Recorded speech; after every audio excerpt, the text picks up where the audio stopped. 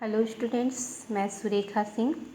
बच्चों, अब आपने नई उषा नामक कविता का जो वीडियो है वो आपने देखा होगा और मुझे उम्मीद है कि आप लोगों को उसका भावार्थ समझ में आ गया होगा।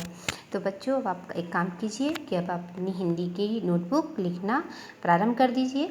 जैसे आप हर वर्ष लिखते हैं, आप सबसे पहले पाठ का नाम सुंदर अक्षरों में लिखेंगे, फिर राइटर का नाम लिखेंगे और उसके बाद आप शब्दार्थ को लिख लेंगे।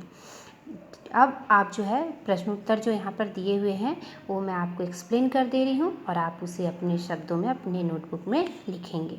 आप वीडियो को ध्यान से देखिए और ये जो मैं एक्सप्लेन कर रही हूँ उसको ध्यान से सुनिए, तो आपको आंसर खुद ही मिल जाएंगे।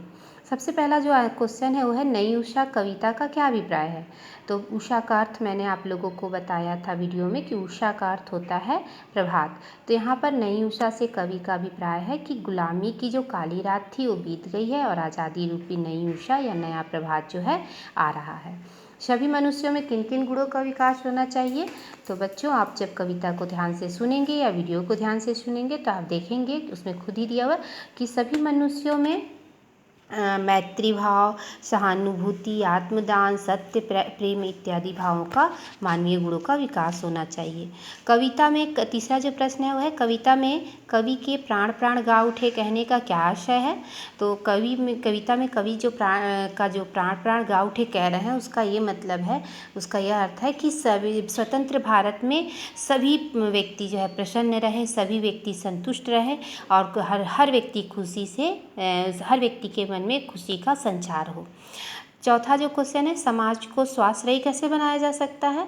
तो समाज को हम स्वास्थ्य कैसे बना सकते हैं। तो समाज को जो देश के नवयुवक या देश की जो जनता है वह अपने अच्छे कार्य, शिक्षा से और आपसी कलह द्वेष मिटाकर और सहयोग और प्रेम से एक साथ में रहकर जब काम करेंगे तो हमारा देश क्या हो जाएगा, स्वास्थ्य बन सकता है। अगला जो है, नई उषा शीर्षक कविता में कवि किन किन परिवर्तनों की ओर संकेत करता है। तो नई उषा कविता में शीर्षक कविता में कवि जो है वो कहते हैं कि देश ने आज़ादी प्राप्त कर लिया है। अब प्रत्येक व्यक्ति को, देश के प्रत्येक नागरिक को अपनी अपनी क्षमता के अनुसार कार्य करना है और देश के विकास में अपना योगदान देना है। अब क्या कहते हैं, कई छठवां जो प्रश्न है वो है, कविता में वर्णित वसुंधरा शस्य श्यामला कैसे बनी रह सकती है।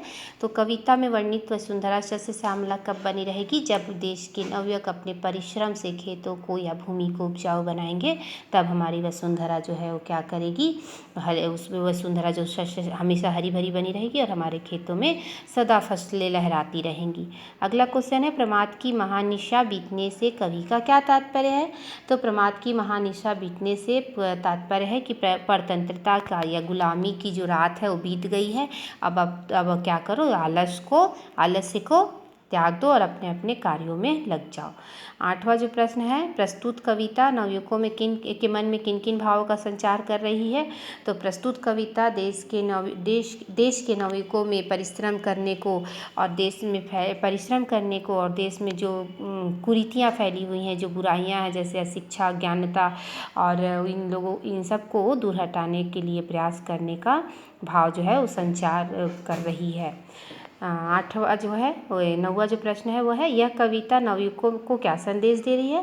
तो यह कविता जो है नवयुवकों को यह संदेश दे रही है कि अब आज़ादी मिल गई है, अब तुम लोग अपने आलस्य को त्याग दो और क्या करो, देश की प्रगति में अपने अपनी क्षमता के अनुसार कार्य करके देश की प्रगति में अपना योगदान दो और अपने समाज को एक स्वाश्रयी और आत्मनिर्भर और मानवीय समाज के रूप में स्थापित करो।